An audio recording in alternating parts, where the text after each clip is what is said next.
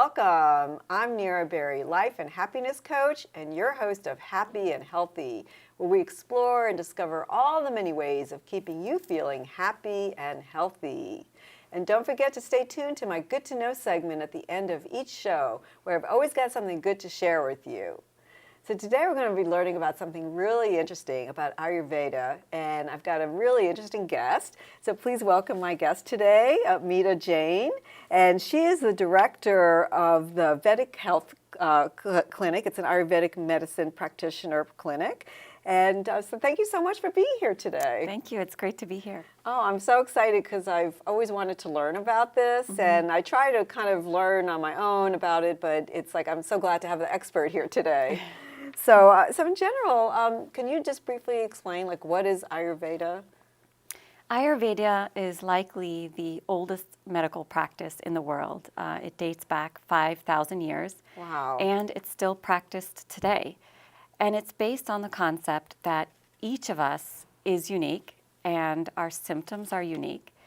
And therefore, the treatments are specific to the person, their symptoms, and most importantly, the root cause of those symptoms. Wow. 5,000 years. I mean, it's that's amazing. That really is. And still practiced. Yeah. So, just in general, how does it help people? Well, because Ayurveda considers each person to be a unique body type, the treatments are designed to really get at the root cause of things. So, for example, in Western medicine, if there's a pill that treats a headache, two people have a headache, they both get the same medicine. And that's just a symptom. And that's just a symptom. Yeah. Ayurveda doesn't have anything like that. If person A and person B have a headache, Ayurveda is going to look at each person individually, their unique body type, and what the root cause is of that headache, and then design the treatment accordingly. Wow, that's so interesting. So what inspired you to become this Ayurvedic practitioner?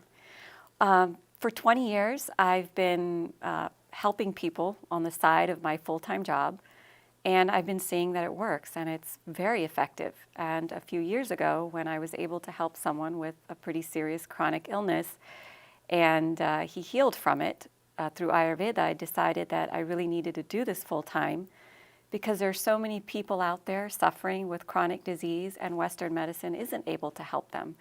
So where are those people to go? And that's when I decided to do this full time and open a nonprofit. Wow. And so you said that this is it comes from India? Yes, that's right. And is this practiced anywhere else in the world? It is. I mean, I know, there are different practices in the United States, but it's based from India. Is that correct? It is. It's based in India, and it's spread now. It's spread internationally, worldwide. You can find practitioners every corner of the world. They're tough to find, but they're there. Yeah. So I've heard about it, but I didn't know that much about it. But what are the greatest misconceptions that you feel like stop people from doing it, or that people think wrongly about it? Yeah. Well, actually, there's quite a few misconceptions about Ayurveda, and if you go to India and you stay at a retreat place and you get Ayurvedic therapies, there could be, in addition to massage, there could be therapies that make you vomit or make you purge, or 3-week-long therapies, very strict diets. So that's not that? No, Ayurveda is so much more than that. I have a small clinic, and what I do is I help people discover the foods that are right for them and their body type, and I treat them with all natural herbal medicines, and it's very effective. And I have heard of so many different retreats like that, and I know that they do all those different things, and I think that is something that's very off-putting, and that's not really it. That's part of that whole thing.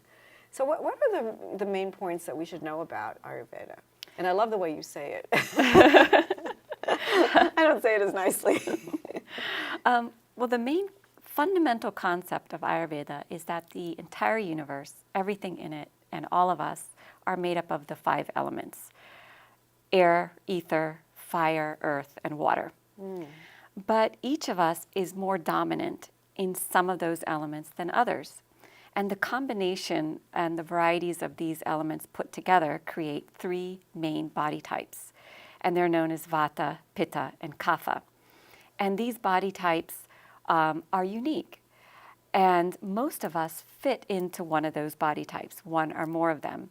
And once the practitioner can determine your specific unique makeup, we can design treatments that target the root cause of what's causing your symptoms. Okay. So is it helpful to know that even if you are generally a healthy person, or just if you are not feeling well? In both cases, because if you're healthy, you want to stay in balance. Okay. And if you're not healthy, you want to find out why you're not and balance that. So, so you mentioned the different types. There's 3 different types, and what are the differences? You know, how does somebody fall into those different types? Sure. Vata body type is predominantly air and ether. Pitta body type is predominantly fire and water, and the Kapha is earth, predominantly earth and some water. So as an example, let's take the Vata person who's dominant in air. The qualities of their main characteristics would be defined by cold, dry, light, and quick, like the qualities of air. So if that person starts engaging in activities that are quick and hurried, and they have hectic schedules, not enough time to rest, not enough quiet and silence, and at the same time they're eating foods that are dry, cold, and light, like they're eating lots of salads or apples. Believe it or not, you know, apples aren't good for all the body types. Or they're having rice cakes because they think that's the way to lose weight. And it's the middle of winter, so the season defines those qualities as well. They're going to have what's called an imbalance or an aggravation of Vata, which simply means that the element of air and ether have increased. Now, if that person doesn't balance themselves with warm, nourishing, moist foods and slowing down in their life, it's going to lead ultimately to illness. So does that, if it wasn't winter, then you wouldn't add more warm foods? You'd have them drink cooler foods, or? Well, it depends. It depends on their body type. So for that Vata person, it may take them longer to go out of balance in summer, but at some point they will need to balance themselves out. Interesting. And the next type? So, because I know you're trying to get at yours, right? I can see where this is going.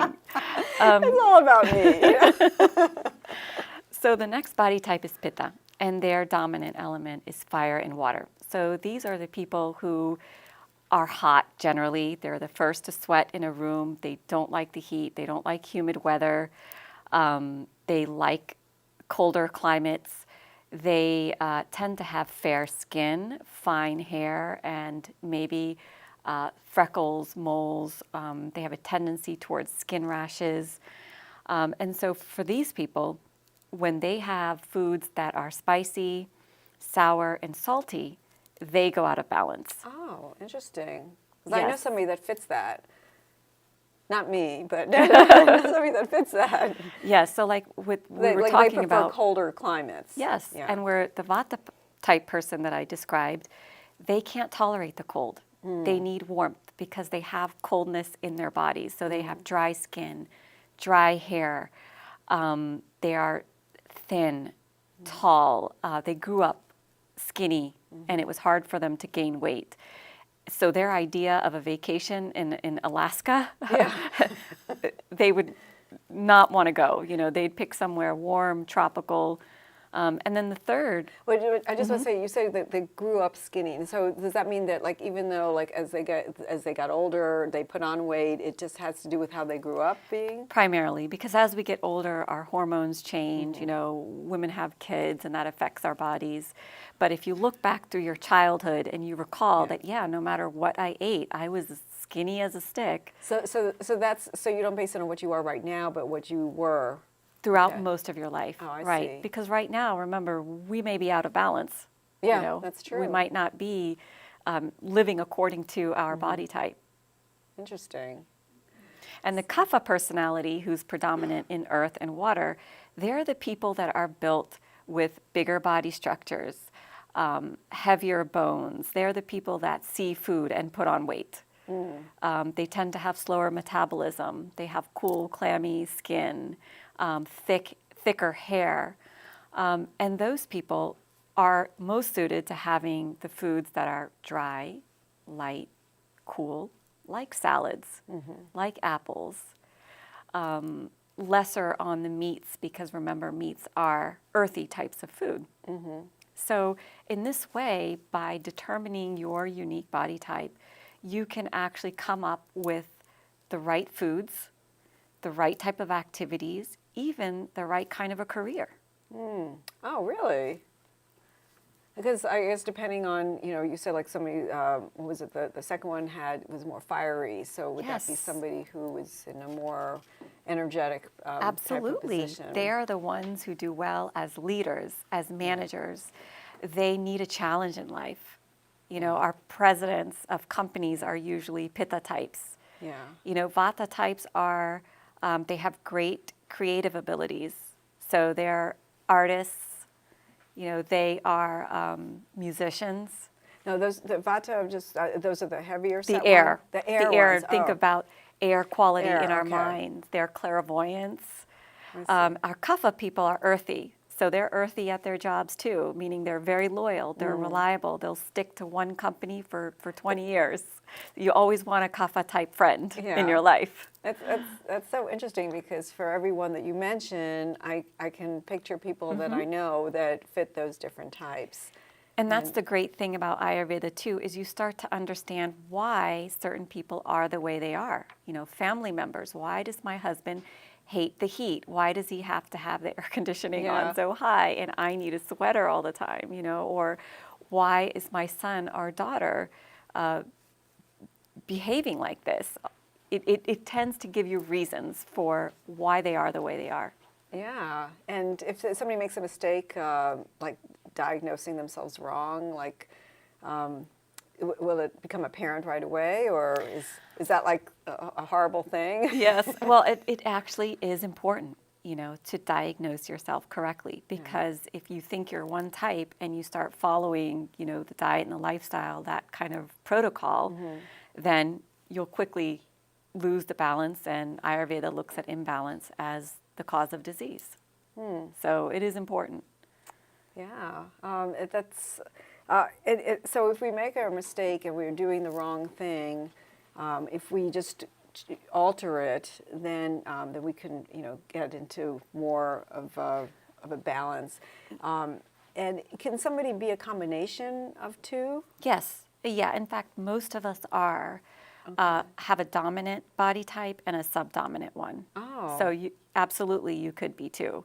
Okay. Two of them. That's so interesting. So, I want to hear more about that, but we're going to take a short break. So, I'm Nira Berry, your host of Happy and Healthy. So, we're going to take a short break, and so come right back.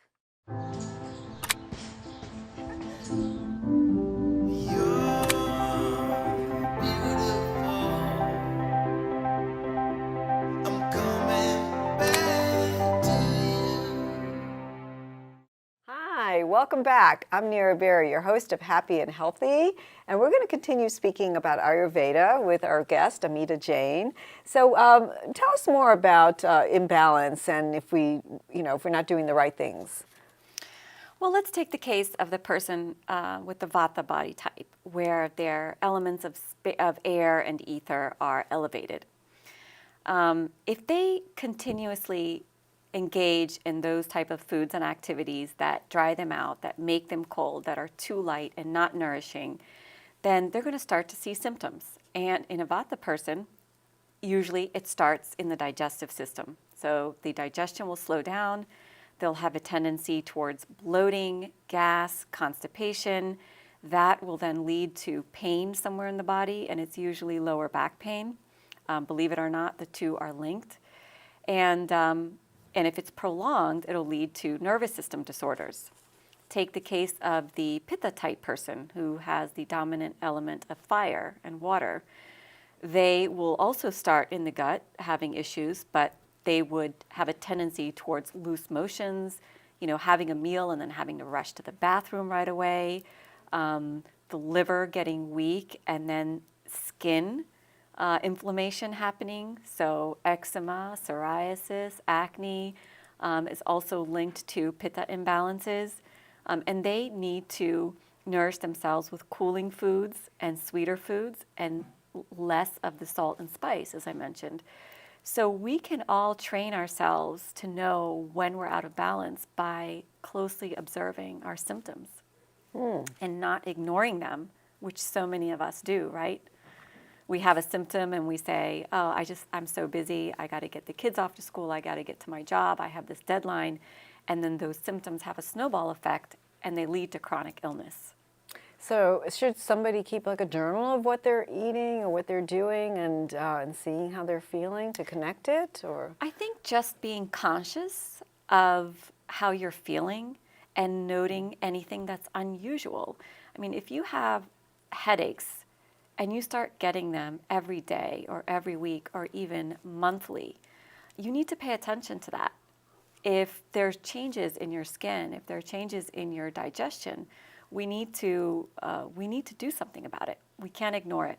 And just running to the doctor and getting a pill for it isn't also, addressing the root cause.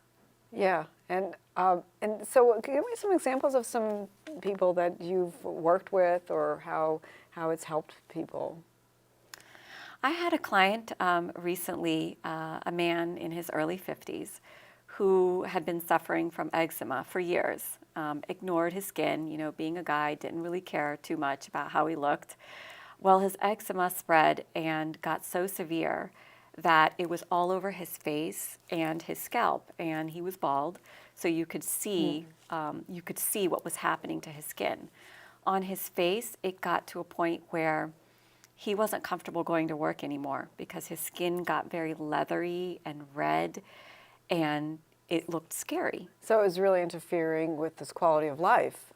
Absolutely. And it was something that was really developing. Yeah, and it was spreading all over on his back, his arms, his legs. It sounds like the body's like crying out for help. Absolutely, and that's what it was. So he came to me, and I gave him a treatment of the right kind of foods. It turned out he was eating all the wrong foods. Oh, of course, because I think that we probably all are, And what was happening was his toxins accumulated in his blood, and the blood tries to get rid of these toxins, and sometimes it's through the skin. So I put him on herbal medications to reduce the heat So what was that had he? built up. He was a pitta type. He was vata pitta with a pitta aggravation, a pitta imbalance. So we reduced the heat in his body. We got rid of what's called ama in Ayurveda, our toxins, purifying his blood. When you say reduce the heat, does that mean he didn't eat spicy food or warm climate? I mean, how did you reduce it? Primarily through foods and herbs.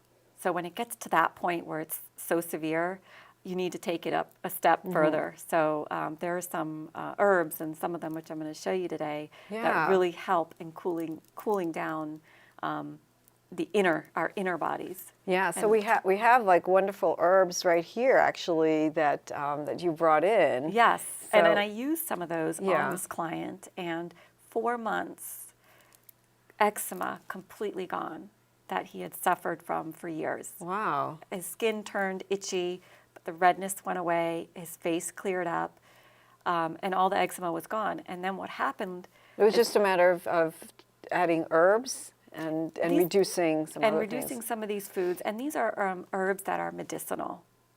So can you tell us a little bit about that? Yes. Because we have them here, so... Certainly. Yeah. Should I point some of these out? Yes, Okay. please. So I really wanted to bring 3 of my favorite herbs that are used in many Ayurvedic medicines, and to talk to you about the wonderful benefits they have. Okay. And the good thing is we probably have most of these in our kitchen cupboard right now. Yeah. One of them is turmeric. Yeah. This one here. And then we have ginger. And here we have black pepper pods. Oh, okay. And these two? These are cloves and fennel and cardamom. that are useful to help balance some of these other formulas. But these smells so three good. here are incredibly potent. Let's take ginger for example.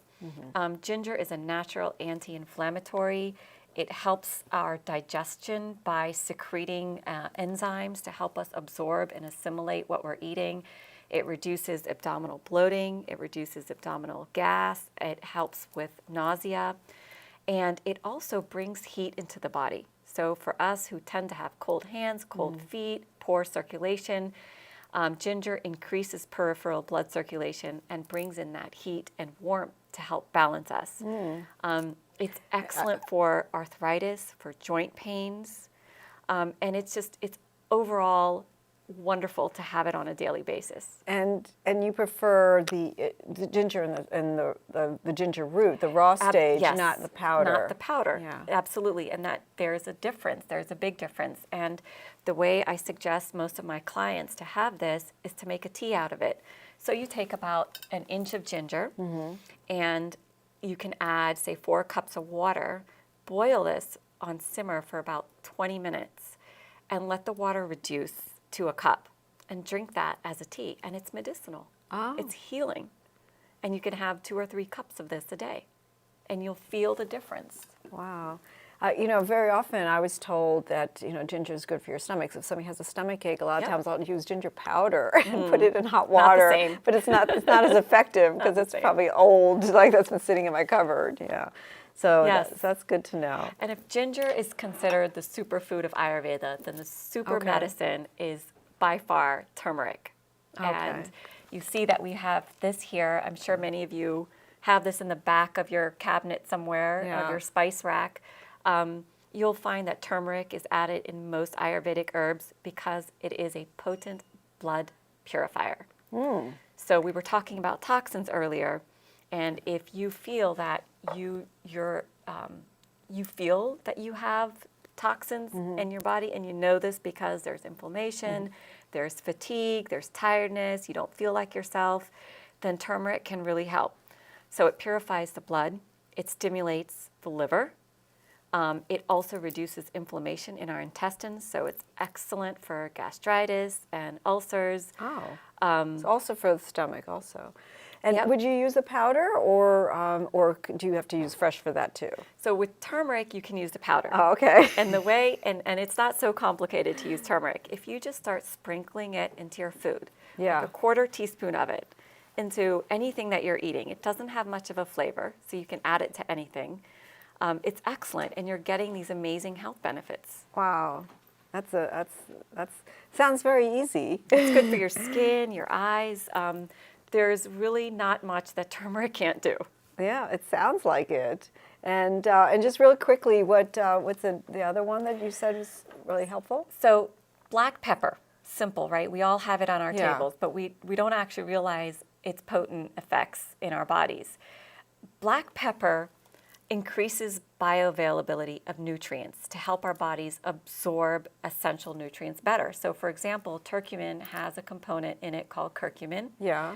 but it's absorbed with the aid of black pepper. Oh, so interesting. So if you're going to have turmeric, if you're going to have vitamins A, vitamin C, selenium, and some of the other essential nutrients, it's really helpful to add black pepper as well. Oh, that's fascinating. So I know our viewers want to hear a lot more, and I'm sure find out more about you. So can you give us your website so they can find you? Sure. It's vedichealth.org. Vedic Health is a nonprofit. We help people suffering from chronic illness using Ayurveda and all natural therapies, and we do it at a very low and affordable cost. Well, that's fantastic. And you can tell us really fast, what's the one Ayurvedic practice that you may use daily? What would that be? Well, Ayurveda believes that all disease is rooted in the mind.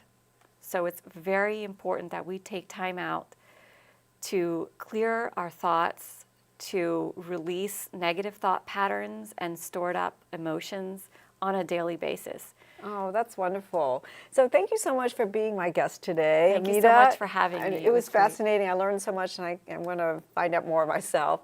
So you've been watching Happy and Healthy. I'm Nira Berry, your host. And stay tuned for my next segment of What's Good to Know. So be right back.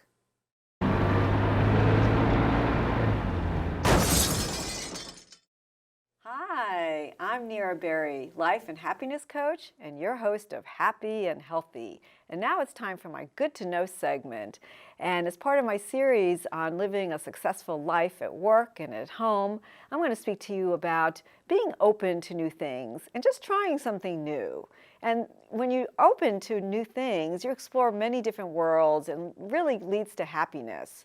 And I'm sure you know people that are always trying something new. Like maybe your neighbor loves to travel, or maybe other people love to try new food or new fashions, or maybe even trying ancient healing techniques such as Ayurveda. There's many different things that we can try every day and throughout our life. And are you one of these people that are just open to it, or are you a little hesitant? You know, for some people, new is not so good. They're a little hesitant about it. You know, if you're going through a career shift, it can be a little scary. But some people welcome adventure. So how do you experience change? Do you prefer staying with the same, or do you like change? You know, I always recommend that, when change happens, go with the flow. Sometimes things happen to us and we have to change. Like, for instance, out of necessity, you may have a job change, or maybe somebody invites you to try a new thing, and it may seem a little risky, but I say, like, why not go for it? You know, fear can block us from overcoming things. And, when you overcome it, then you have greater positivity in your life and greater happiness.